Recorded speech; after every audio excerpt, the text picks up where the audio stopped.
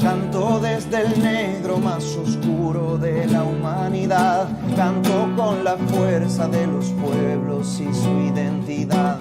Canto desde el fuego de la lucha por la dignidad. Canto por la sangre de los ojos que nos sanarán. Canto para denunciar que el nunca más no era verdad. Canto por los muertos que se fueron y no volverán. Canto sin sosiego porque nada los devolverá. Canto por Gustavo y por los días que ya no verá. Entre tanta noche y entre tanta muerte. Sean todos muy bienvenidos a una nueva edición de La Esquina del 6, acá a través de la Radio Extremo, la 96.1 FM del dial. Ellos los pueden buscar en su Facebook, Extremo Comunitaria, y como siempre les recordamos, a nosotros en nuestros canales de YouTube y Spotify, Nueva Aurora Medios, La Esquina del 6. Ya estamos en el programa número 33 y como siempre me acompaña mi fiel compañero Sebastián. ¿Cómo estás, Seba? Hola Jaime, acá estamos grabando un día jueves 10 de diciembre en una edición especial de nuestro programa con un invitado relevante del acontecer político. Así que nada, preparado para comenzar esta entrevista y este diálogo ciudadano. Sí, pues Sebastián, y como tú ya lo adelantabas, tenemos a un invitado súper especial, por eso estamos grabando hoy. Él es Fernando Atria, abogado, yo creo que muchos lo conocen, una figura súper importante del acontecer nacional. ¿Cómo está, profesor Fernando? Hola, muy bien. Hola Jaime, Sebastián. Feliz de estar aquí con ustedes. No, muchas gracias por acompañarnos en esta nueva edición del podcast. Estamos súper agradecidos. Sabemos que los tiempos de ustedes deben ser súper acotados y regalar unos minutitos para nosotros es súper importante. Profesor, y como el tiempo es algo escaso por estos días, voy a partir al tiro haciendo la primera pregunta para entrar de lleno a lo que nos convoca, que es un poco hablar acerca de este proceso constituyente que se nos viene encima. Ya, cierto que ya fue aprobado ya por votación popular, así que ya estamos en este proceso, súper importante. Así es que la primera pregunta tiene que ver con cómo podríamos, dentro de este mismo proceso constituyente, aumentar la participación ciudadana, entendiendo que no ha existido una metodología conocida por el Estado para incorporar la opinión de la ciudadanía o del pueblo. ¿Cómo lo ve usted? Mira, yo creo que esa pregunta es la pregunta central respecto del proceso constituyente que viene. O sea, ¿cómo se va a solucionar ese problema que tú dices? Porque yo creo que tenemos que tener claros que el proceso constituyente se abrió ante la rebelión de un pueblo frente a una política totalmente deslegitimada. ¿Y por qué yo parto por ahí? Porque esa política deslegitimada lo que significa es que yo creo que la idea de representación democrática es una idea que los chilenos y chilenas ya hemos aprendido a que en la experiencia no significa nada. O sea, esta idea, por ejemplo, de que la Cámara de Diputados representa al pueblo chileno, yo creo que es pura palabrería hoy día. Y por eso la Cámara de Diputados está deslegitimada. Y esto es importante porque la Convención Constitucional es otro órgano representativo. Van a ser 155 personas que se supone que van a representar al pueblo chileno. Y si no creemos, porque hemos aprendido a no creer en la representación política, ¿de dónde vamos? ¿Por qué habríamos de aceptar la idea de que la convención va a representar? Ese creo yo es el problema fundamental del proceso constituyente. ¿Cómo se soluciona eso? Y yo creo que eso, por supuesto, no se soluciona con una norma jurídica. No sirve de nada que haya una norma jurídica que diga la convención representará al pueblo chileno. O sea, eso da lo mismo, eso son más palabras.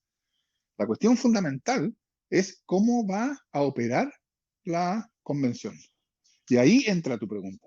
Porque yo creo que si, cuando la convención esté ocurriendo, o sea, desde mayo del próximo año probablemente, va a haber en la convención una discusión constituyente, obvio, para eso se elige ese órgano, etc. Pero al mismo tiempo va a estar habiendo en todo Chile, en asambleas, en cabildos, en juntas de vecinos, en conversatorios, en fin, en asociaciones gremiales, en sindicatos, en todas partes va a estar ocurriendo una profunda discusión constituyente, como yo creo que no la hemos visto nunca. De hecho, ya estamos viendo eso, que está pasando, pero yo creo que eso va a seguir aumentando. Y la pregunta central es cómo esa discusión que ocurre entre ciudadanos y ciudadanas en todo el país va a estar reflejada en la Convención Constitucional. Si la Convención Constitucional es vista como un reflejo, la discusión que ocurre ahí es vista como un reflejo de esa discusión ciudadana, entonces yo creo que la Convención va a ser vista como representando en ese sentido al pueblo de Chile y por consiguiente va a poder tomar una decisión que va a estar legitimada. Si la Convención es vista como un arreglo entre los miembros de la Convención que cocinan una propuesta por 2/3 de los votos y la presentan al país, va a ser vista como más de lo mismo. Y eso va a ser un problema grave que no puede. Yo creo que en ese contexto es posible incluso que en el plebiscito de salida el pueblo indignado con que sea más de lo mismo vote rechazo. Y para que pase eso, para que la discusión en la Convención sea vista como un reflejo de la discusión que ocurre fuera de la Convención, es fundamental cosas como, primero, por supuesto, este es el piso mínimo, ¿no? Transparencia y publicidad de las discusiones de la Convención. O sea, esta sugerencia que hicieron hace algunos meses el presidente de la DC y el presidente RN, de que los debates de la Convención fueran secretos por 6 meses, es una receta para el fracaso. Y sobre eso, sobre ese piso mínimo de transparencia y publicidad, está lo que tú preguntas. ¿Cómo van a participar? Y eso yo diría que hay cosas que tienen que ver con cómo lo hace la Convención y hay cosas que tienen que ver con qué es lo que pasa afuera. Con cómo lo hace la Convención, yo esperaría que los convencionales se vieran necesitados, requeridos, no solamente jurídicamente, eso dependerá del reglamento, pero además políticamente, de ir a rendir cuentas a sus distritos y suscitar discusión constituyente en sus distritos, de modo tal de ahí ser un elemento de vínculo entre esa discusión constituyente que está ocurriendo en su distrito y la que está ocurriendo en la Convención. Yo esperaría también que la Convención tuviera, por ejemplo, audiencias en que recibiera organizaciones sociales que pudieran ir a dar su opinión respecto de la nueva Constitución, que la propia Convención fuera itinerante en el sentido de que saliera de donde está, a ir a los territorios, a producir esa vinculación entre ambas discusiones. Y del lado de la ciudadanía, yo creo que ahí también hay un enorme espacio para que esa discusión que está ocurriendo, como te decía, en asambleas, cabildos, sindicatos, juntas de vecinos, busque articularse de modo tal de constituir, a partir de esa discusión que ocurre en muchas organizaciones pequeñas, que busque constituir algún tipo de interlocutor de la Convención, que pueda entonces ser una suerte de contraloría social, ¿no? de partner de la Convención, de hablarle a la Convención sobre lo que la nueva Constitución tiene que ser, de modo, de nuevo, de producir esa vinculación entre ambas discusiones. Yo creo que la cuestión de la participación no tiene que ser vista con cuál va a ser la participación que esté ordenada por reglas jurídicas institucionalmente aprobadas. Por supuesto que a eso va a haber que avanzar todo lo que se pueda, y cuando se discuta el reglamento de la Convención, las primeras cosas que yo te decía, yo creo que tienen que estar ahí. Pero incluso si en términos de reglas institucionalmente aprobadas no hay espacios formales de participación, ¿no? Yo creo que el pueblo movilizado que está discutiendo sobre la nueva Constitución tiene que hacer presente sus exigencias constituyentes. Y eso, para eso tendrá que aprovechar todas las oportunidades, y si no hay, abrírselas. Yo creo que esa es una cuestión fundamental para el éxito del proceso constituyente. Profesor, me parece, o se desprende de lo que usted dice, que es una tesis parecida a lo que está planteando el Partido Comunista en su último congreso, en el cual señala que hay que hacerle un seguimiento desde el mundo social, de las organizaciones del mundo social en general, un acompañamiento a este proceso para que no se encapsule en algunos espacios. Y con respecto a esto mismo, de este proceso, de este seguimiento, también han empezado a salir ciertas propuestas con respecto a la metodología de trabajo que tendría la Convención Constituyente, y por ahí hay una propuesta que ya fue lanzada desde la academia, desde la Pontificia Universidad Católica, por el abogado Sebastián Soto, en el cual plantea el hecho de hacer como participaciones, o sea, una metodología, más bien dicho, como tipo, como espiral, ¿ya? Donde quizá mucha gente se pueda perder, muy parecido al proceso legislativo hoy en día. ¿Cuál cree usted que es el camino correcto con respecto a esto? tratar de homologar a lo que existe legislativamente, o tiene que ser, o tener otra metodología mucho más clara, mucho más cercana? ¿Cuáles son posibles caminos con esa claridad o esa cercanía hacia la ciudadanía? Bueno, espérame, respecto de lo primero, lo que dijo el Partido Comunista, en los términos en que tú lo describiste, ¿no? La idea de hacer un seguimiento y que esté bajo constante atención ciudadana y presión de la opinión, yo creo que eso es fundamental. De hecho, o sea, yo creo que, claro, los términos utilizados por la declaración del Partido Comunista, esto de rodear a la convención, creo que abrieron un flanco aprovechado por los defensores del statu quo para decir, no, esto es una amenaza, etcétera. Pero si uno lo entiende en sentido de presión política, bueno, eso es la democracia. Yo creo que el hecho de que se acuse que eso es totalitario muestra la extraordinariamente vacía concepción de la democracia que tienen los que hacen esa acusación. Porque ellos parecen pensar que la democracia es simplemente que ciertas personas son elegidas, y una vez que son elegidas, esas personas, bueno, se meten a una sala, deciden y listo. Y lo que decidan es representativo del pueblo. Esa noción de representación ya está caduca, feneció, se acabó. Si pretenden que la nueva constitución sea representativa en ese sentido, están abogando por un proceso que va a ser un fracaso, creo yo. Tiene que ser una representación en que lo que pasa en la convención es visto como un reflejo de lo que está pasando en el país. Y para que pase eso, tiene que ser una convención que está abierta a esa discusión ciudadana que está ocurriendo. Entonces, en ese sentido, yo estoy de acuerdo con esa idea. Respecto de lo segundo, yo creo que la cuestión es más importante de lo que parece, es súper importante, porque, por cierto, la posibilidad de la discusión pública, esa discusión ciudadana que va a estar ocurriendo, de seguir lo que está pasando, va a depender del procedimiento que se siga. Un procedimiento en espiral, es decir, en que las cosas se hablan y después se vuelve sobre ellas y después se vuelve a volver y se vuelve a volver a volver, etc., lo que hace es desorientar a la ciudadanía que observa, ¿no? Yo creo que tiene que ser un procedimiento que tiene que ser orientado a facilitar que las personas que no están en la convención tengan una opinión sobre lo que está pasando y puedan emitirla. Y de ese modo se vaya logrando esta vinculación entre las dos discusiones.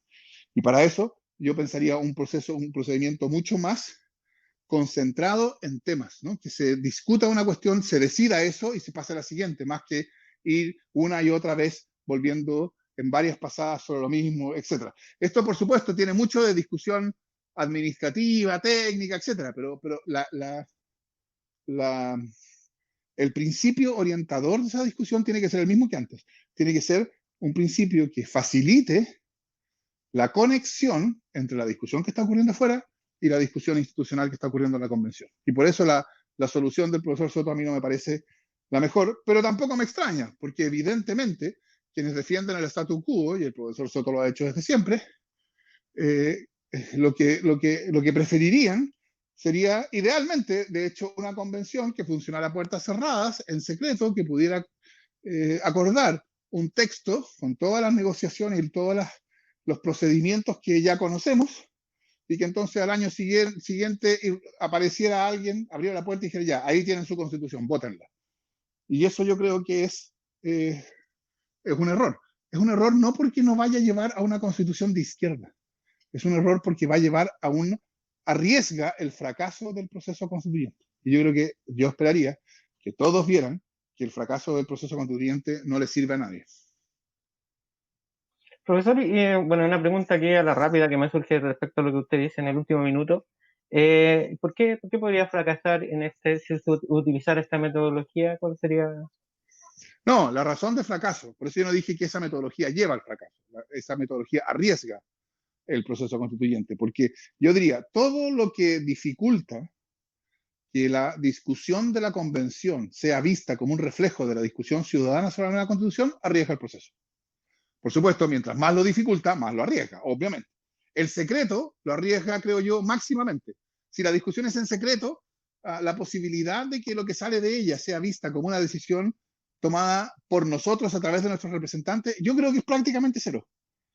El procedimiento del profesor Soto no la arriesga en el mismo grado, no es no es tan radical, pero es un procedimiento que dificulta que la ciudadanía siga la discusión constituyente. Entonces, en ese sentido, lo que yo creo que deberíamos operar con un principio. El principio es, el éxito del proceso constituyente va a depender de que la discusión que ocurre en la convención sea vista por la ciudadanía como un reflejo de la suya propia. Ese es el principio. Y entonces cuando discutamos procedimiento, cuando discutamos formas de rendición de cuentas, cuando discutamos publicidad, la pregunta tiene que ser, cada una de estas decisiones que tomamos en estas materias, ¿es una que facilita o que dificulta que la discusión al interior de la convención sea vista como un reflejo de la discusión que está ocurriendo en el país? En ese sentido yo decía, un procedimiento que no facilita esto es un riesgo. Perfecto, se entiende, profesor. Decirle a todos que estamos acá en la esquina del 6, este podcast radial que hacemos por este lado Jaime, por el otro lado Sebastián, yo acompañado gratamente por el profesor Fernando Atia, que ustedes lo escuchaban recientemente. Están en sintonía acá de la 96.1, la radio Extremo. Ahora nos vamos a ir a una pausa musical y a la vuelta seguimos conversando.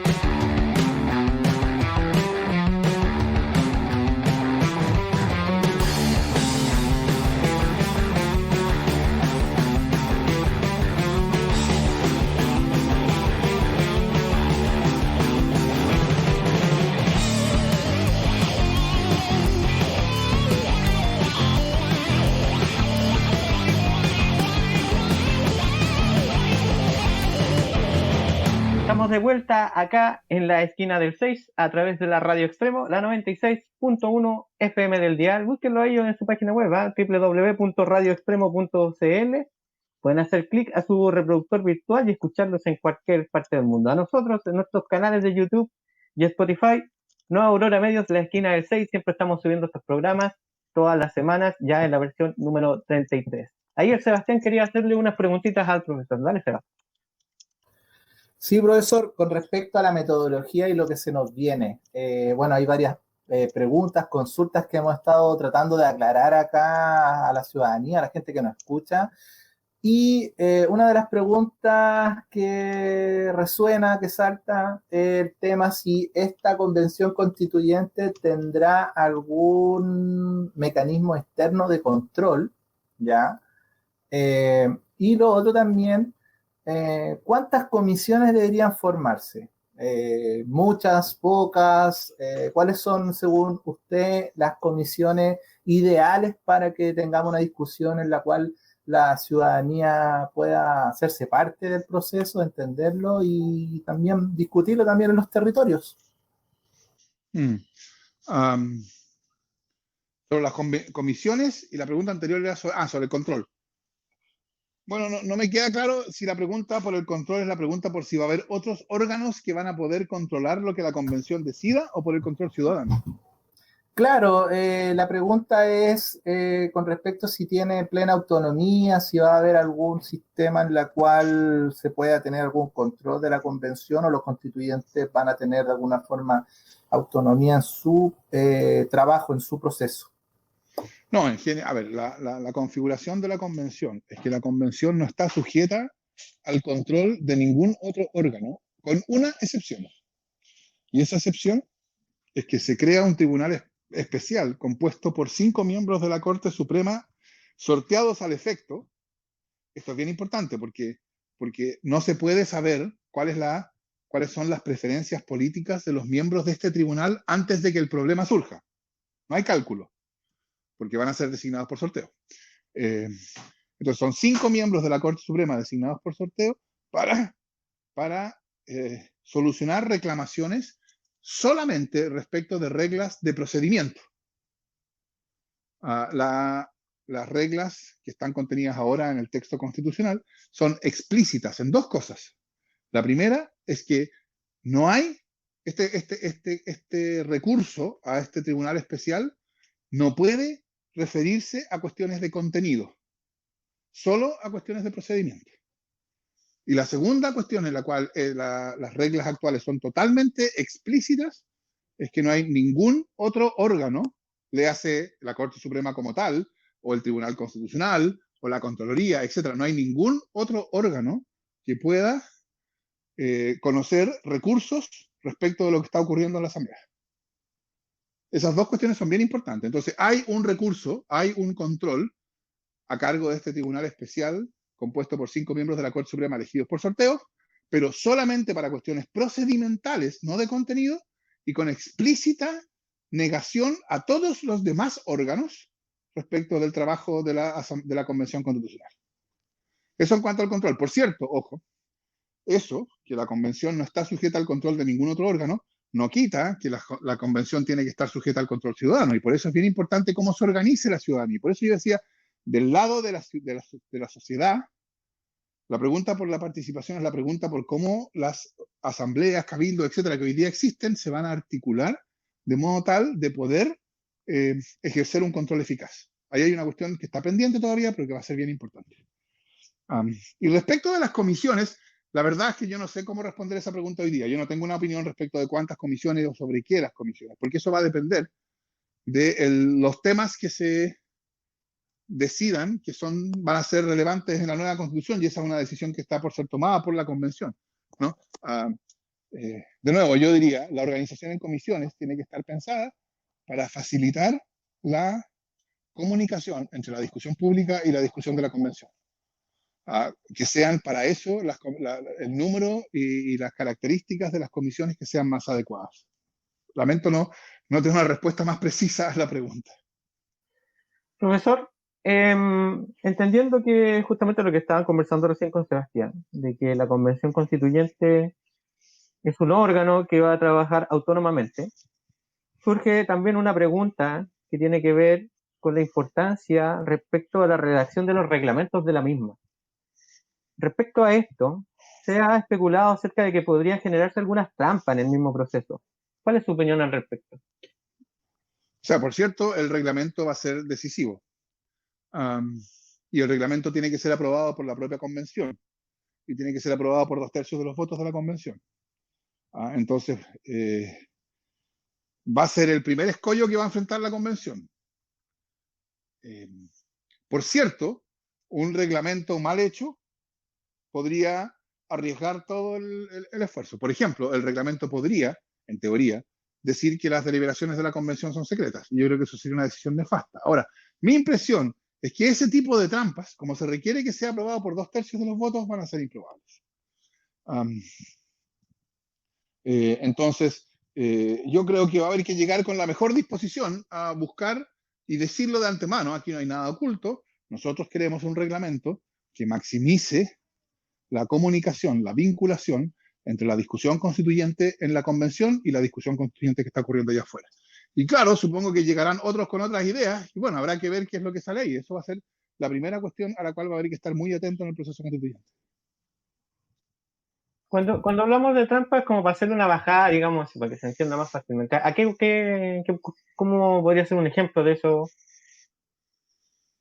Bueno, el que di, yo creo que, yo no lo llamaría trampa, lo llamaría reglas, el término de trampas que yo uso para la Constitución, ustedes lo pusieron para el reglamento. Lo puso Jaime, creo.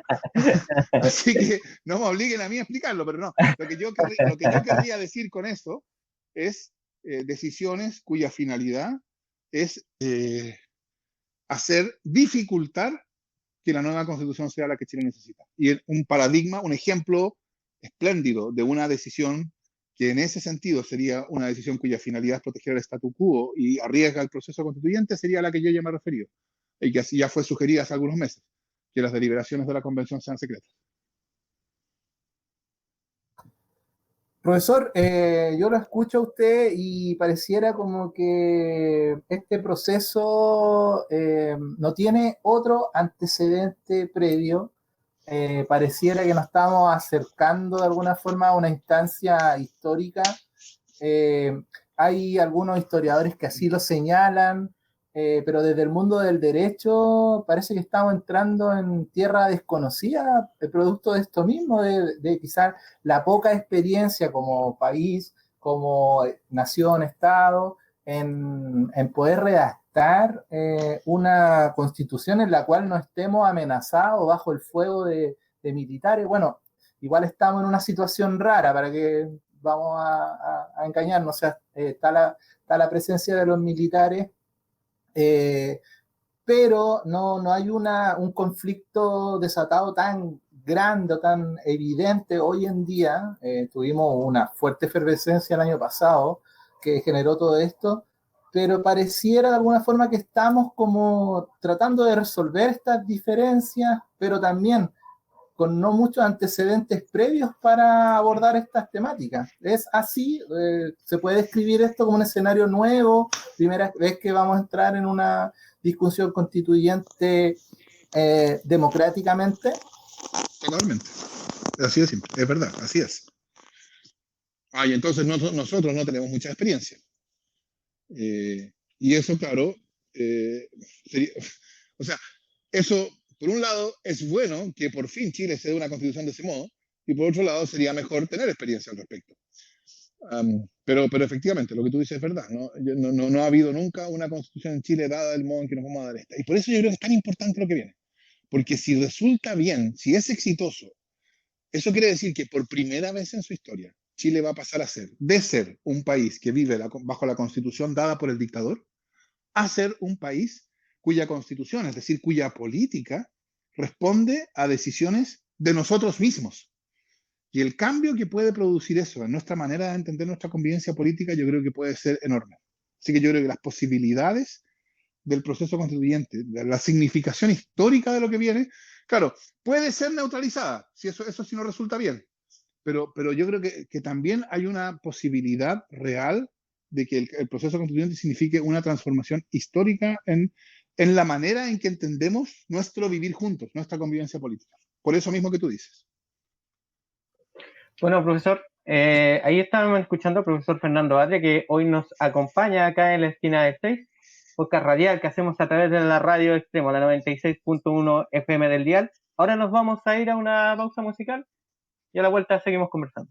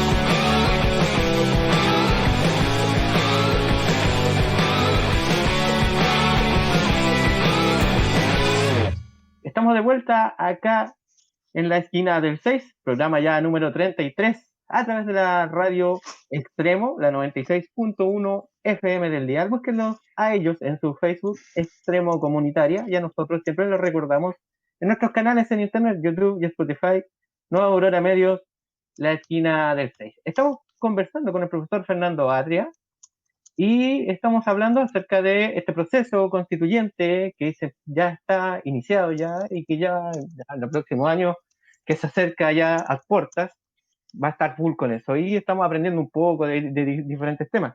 Y dentro de lo mismo, profesor, se ha estado especulando o diciendo, en realidad se puso un tema hace un par de semanas atrás, respecto a cambiar este mecanismo de la votación de 2/3 en la nueva Constitución. ¿Para usted es legítimo aquello? ¿El poder soberano puede recaer en la convención constituyente? A ver, yo creo que primero, que se presente un proyecto que pretende cambiar la regla de decisión, esta regla de los 2/3 desde una hoja en blanco, por una regla distinta. A mí no me parece que sea nada extraordinario. Ese es un proyecto que tendrá que ser aprobado por 2/3 de los votos de los senadores y diputados en ejercicio, y si no es aprobado no va a ser exitoso. Digo esto porque cuando la diputada Vallejo presentó este proyecto, se hizo un gran escándalo de que el Partido Comunista estaba saltándose las reglas. ¿Cómo hacer saltarse las reglas? Proponer una reforma, asumiendo que esa reforma que se propone solo va a ser exitosa en la medida en que se satisfagan todas las condiciones para que la reforma sea válida. Entonces, yo creo que la posibilidad de la discusión al respecto es perfectamente razonable. Segundo, yo no creo que la regla de los 2/3 sea la mejor regla posible. Yo no estuve, por supuesto, en la negociación, pero a mí me preguntaron cuando se estaba llegando a este acuerdo si a mí me parecía aceptable la regla de los 2/3. Y yo creo que es aceptable. Dado que la derecha lo exigió, la pregunta para mí, o para nosotros, para los que queremos nueva constitución, no es si es la mejor regla posible, porque no lo es. La pregunta es si es una regla que permite una nueva constitución y que por eso era una condición que era aceptable. Y a esta segunda pregunta mi respuesta es sí. Yo creo que es una regla que permite una nueva constitución y por lo tanto es aceptable. Pero no me pidan a mí que yo defienda como la mejor la regla de los 2/3. Yo no la propuse, yo no la exigí. Yo solo recomendé aceptarla. Y entonces yo defiendo a quienes la aceptaron, no defiendo a quienes la exigieron. ¿Entienden la diferencia, no? Sí, claro. Profesor, ahí Entonces, justamente hace poco, de hecho el profesor, entrevistamos acá en el programa al profesor Jaime Baza, ¿ya? y él también tenía una opinión respecto a este tema, y también había así como una directriz del mismo que podría ser incluso para legitimizar esta nueva constitución, al hacer que, digamos, todos caigan dentro de la misma, diferentes opiniones. ¿Lo ve usted también de esa manera? No, por eso yo no la defiendo como una regla buena. Yo la defiendo como una regla aceptable. ¿Por qué no es buena? Porque, a ver, vamos discutiendo varias cosas respecto a la regla de los 2/3. Primero, es totalmente distinto que la regla de los 2/3 que ha operado hasta ahora para la reforma constitucional. Porque una regla de 2/3 desde una hoja en blanco tiene el efecto políticamente contrario que una regla de 2/3 para la reforma constitucional, ¿no? O sea, hace unos meses se trató de reformar la privatización del agua de la Constitución y no hubo votos, no se juntaron los 2/3, aunque había mayoría, no se juntaron los 2/3 en el Senado y la reforma se rechazó. Y la consecuencia de que la reforma se rechazara es que la regla constitucional que privatiza el agua sigue vigente. Y entonces el agua hoy sigue privatizada porque una minoría se negó a reformarla.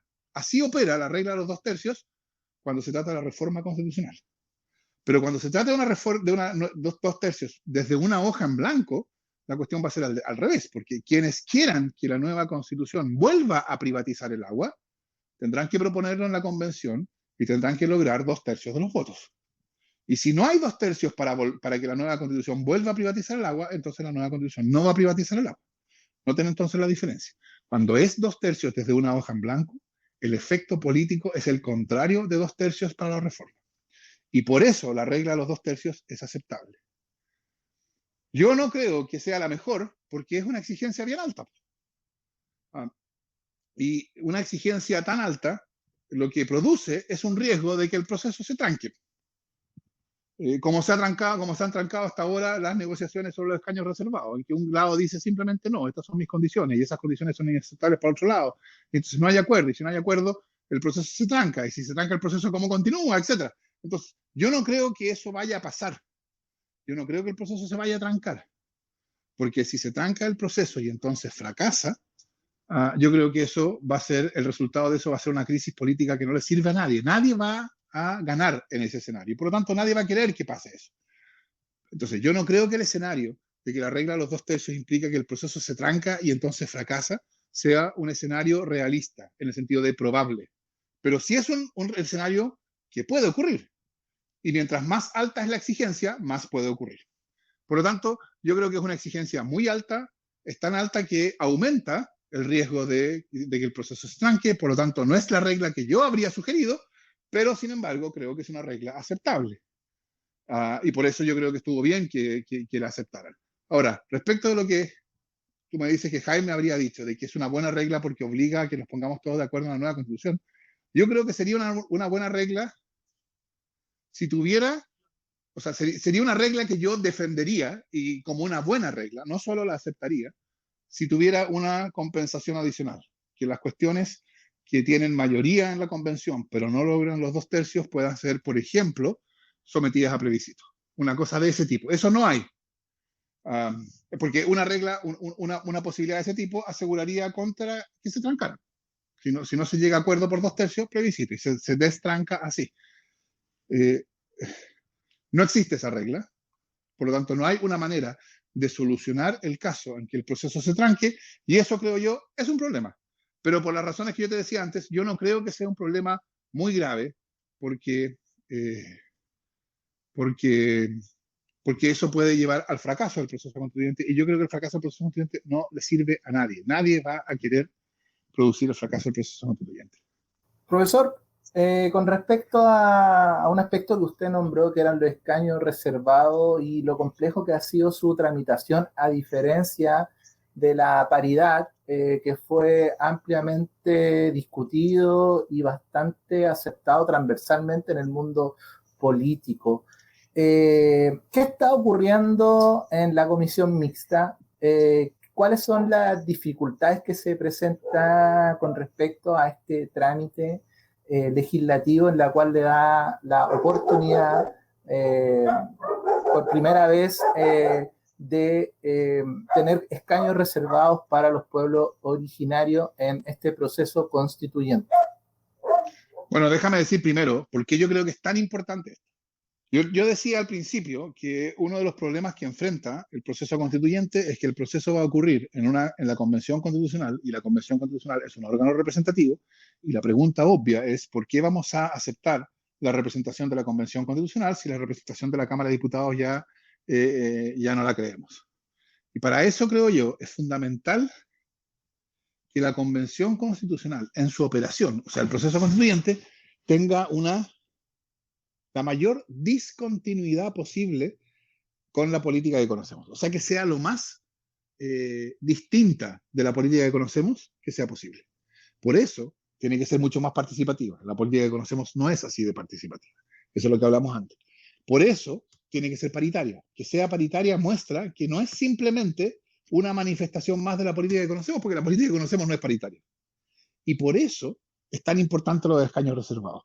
La demanda de reconocimiento de los pueblos originarios es uno de los casos más groseros de una demanda que se ha formulado por 30 años. Está bien, en un sentido es como por 200 años, está bien. Pero en lo que nos interesa ahora, que se ha formulado por 30 años. Esto ya estaba en el programa de gobierno de Patricio Aylwin. Y en estos 30 años, en términos de la demanda de reconocimiento político de los pueblos originarios, no ha pasado nada. Entonces, yo creo que hoy día podemos decir, esta es una de las deudas más groseras de la política de los últimos 30 años, su incapacidad para avanzar en esta dirección. Entonces, si la Convención Constitucional comienza, o sea, si la nueva Constitución comienza reiterando esa deuda, volviendo a ignorarlos, entonces eso es una cuestión que es extraordinariamente problemática. Por otro lado, si en el inicio del proceso constituyente, es decir, en el inicio de la nueva Constitución, lo que hay es un acto que reconoce esa deuda y comienza a pagarla, y esos son los escaños reservados, Eso va a ser otra razón para decirlo. La Convención Constitucional no es lo mismo que la política a la cual estamos acostumbrados. Así que por eso yo creo que es una cuestión muy, muy importante. ¿Y por qué estamos en la situación en la cual estamos a poco más de un mes de la fecha de inscripción de las candidaturas y todavía no hay una legislación al respecto, no hay escaños reservados? Bueno, yo creo que hay que decirlo hoy día, porque ha sido por la oposición terca de la derecha, que yo creo que la derecha no quiere escaños reservados. Bueno, la derecha es también la que se ha puesto al reconocimiento de los pueblos originarios todo este tiempo, fundamentalmente, no son los únicos, pero es fundamentalmente la derecha. Entonces, la derecha no quiere, pero no se atreve a decir que se oponen. Y entonces ponen condiciones que son condiciones absurdas. Por ejemplo, esta idea de que que los escaños reservados se descuenten de los 155 en vez de sumarse a los 155. Eso va a afectar la capacidad de los 155 de representar a todo el país. Y eso, por supuesto, que es un problema. Entonces, la condición de que fueran dentro de los 155 era una manera de poner obstáculos a los escaños reservados. Otro obstáculo que la derecha también puso y que también se está discutiendo hasta el final es si las personas que votan por esos escaños reservados votan sobre la base de su autoidentificación o votan sobre la base de un padrón especialmente hecho al efecto. Ojo, un padrón especialmente hecho a partir del cruce de información que tiene el CERVEL y el registro civil y el tipo de apellidos, y con eso van a poner a cada persona en un padrón indígena o en otro, o en el padrón no indígena. Y eso va a obligar a las personas a votar en un lado o en otro. O sea, yo creo que eso era otra manera. Y todo esto a 5 meses de la elección. O sea, yo creo que esta era otra manera de poner un obstáculo para impedir que hubiera escaños reservados sin decir que se estaban oponiendo a los escaños reservados. Yo entiendo que estas condiciones de la derecha fueron aceptadas, o sea que lo que va a salir va a ser 17 o 18 escaños reservados, que son parte de los 155, y con un padrón ad hoc, que yo creo que es una solución, bueno, nefasta, pero claro, no tan nefasta como no tener escaños reservados. Así que creo que igual es importante que los haya. Pero hay una cuestión más general aquí. Yo creo que una de las cuestiones más graves, que le facilita más a la derecha esta práctica que ellos tienen, de asilarse en formas institucionales para poder oponerse a una demanda tan sentida, es facilitada por el hecho de que la reacción pública no discrimina mucho entre los políticos. Entonces la reacción pública es: los políticos no se han puesto de acuerdo respecto a los escaños reservados. Y como la reacción pública es genérica a todos los políticos, entonces la derecha no paga ningún costo por oponerse a los escaños reservados. Para ellos es gratis. Y yo creo que eso es lamentable, porque también va a pasar lo mismo en la Convención Constitucional. En la Convención Constitucional, por ejemplo, se va a decir: los políticos todavía no se ponen de acuerdo en un reglamento. Y todavía no se ponen de acuerdo en un reglamento, porque hay unos que están exigiendo que, por ejemplo, estoy especulando, no estoy imaginándome, porque algunos están exigiendo que sea secretas las deliberaciones y otros quieren que sea pública. O sea, yo esperaría que en ese caso la reacción pública supiera discriminar y supiera dirigir la presión en contra de quienes están asumiendo una posición en vez de otra, en vez de ser esta posición indiscriminada que culpa a todos los políticos. Yo creo que eso es el mejor favor que se les hace a quienes no quieren ninguna transformación en Chile. Bueno, profesor, de hecho, como muy bien dice usted, esta fue una de las demandas más sentidas en los últimos movimientos sociales, de cómo ha evolucionado los movimientos sociales hacia esta petición, ¿cierto? Cuando se creía casi imposible esto de la nueva constitución, vemos que es posible, pero todavía mantenemos esta esperanza por los escaños reservados de los pueblos originarios y, por supuesto, incluirlos. Y si es que ellos quieren también incluirse en esta nueva constitución, porque ya hemos también escuchado voceros del pueblo mapuche, por ejemplo, diciendo que tal vez no le interesa hacerlo de esta manera y hacerlo de otra manera. Pero bueno, nosotros todavía mantenemos esta esperanza de hacer un Chile más pluralista, ¿no? Profesor, sí. Dentro de esto mismo, ya estamos llegando al final del programa, se nos ha hecho súper corto a nosotros, pero me gustaría pedirle a usted, profesor en especial, alguna última reflexión respecto a este proceso constituyente que se nos viene encima, y cuáles son sus esperanzas respecto al mismo. Bueno, como les decía antes, yo creo que este proceso constituyente puede ser un proceso histórico en Chile. Yo creo que va a ser, es algo por lo cual nuestros nietos nos van a preguntar: ¿qué estuviste haciendo tú para el proceso constituyente, abuelo? Y es tan importante porque es la primera vez que nosotros, los chilenos y chilenas, vamos a decidir cuáles son las reglas fundamentales de nuestra convivencia política. Eso nunca lo hemos decidido nosotros, siempre lo han decidido otros por nosotros.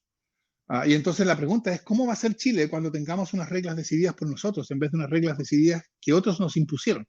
Y esa es una pregunta abierta, a la cual, como me decía uno de ustedes, no tenemos respuesta, porque no tenemos experiencia.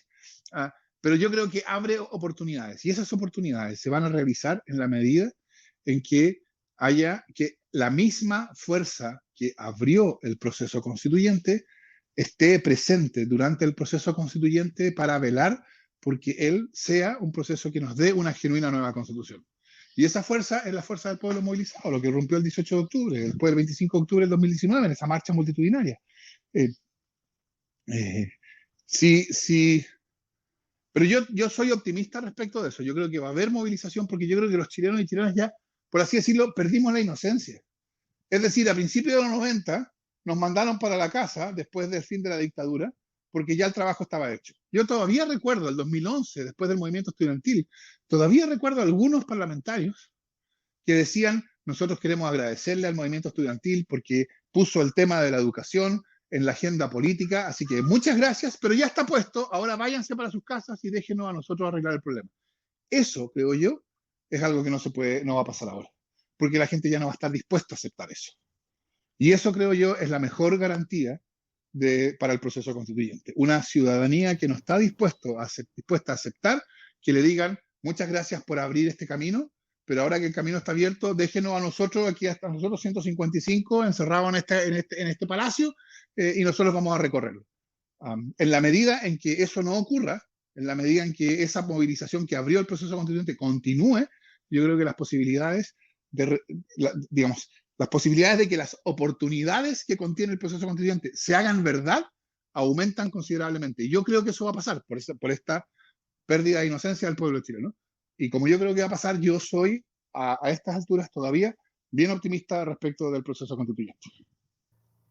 Profesor, como última reflexión que me toca realizar, agradecerle la disposición suya con respecto a acceder a esta entrevista de personas que quizá físicamente no las conoces, pero que sí tienen alguna vinculación con la gran discusión que se está dando a nivel nacional. Y nada, agradecerle su tiempo, la disponibilidad.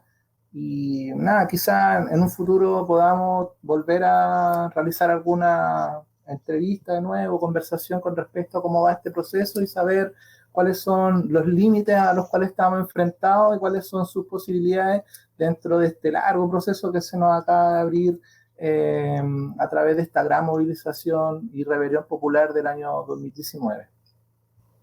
Por cierto, muchas gracias a ustedes por la invitación. Ha sido una grata conversación, así que gracias Jaime, Sebastián, y yo feliz de volver cuando ustedes quieran invitarme de nuevo para conversar cómo está desarrollándose la cosa. Así que gracias. No, muchas gracias a usted, profesor, por su tiempo. Bueno, decirle a todos ya que estamos llegando al final de esta nueva edición de La Esquina del 6, este programa número 33, con la grata compañía de Sebastián y, por supuesto, nuestro gran invitado de lujo, invitado para esta semana, Fernando Atria. Nos estamos despidiendo hasta una nueva emisión acá de La Esquina del 6, acá a través de la Radio Extremo. Visítenlos a ellos en su página web www.radioextremo.cl. Y a nosotros, síganos en nuestros canales de YouTube y Spotify, Nueva Aurora Medios, La Esquina del 6. Hasta una nueva edición. Nos vemos. Chao, chao, chao, profesor. Chao, Sebastián. Adiós. Chao, chao.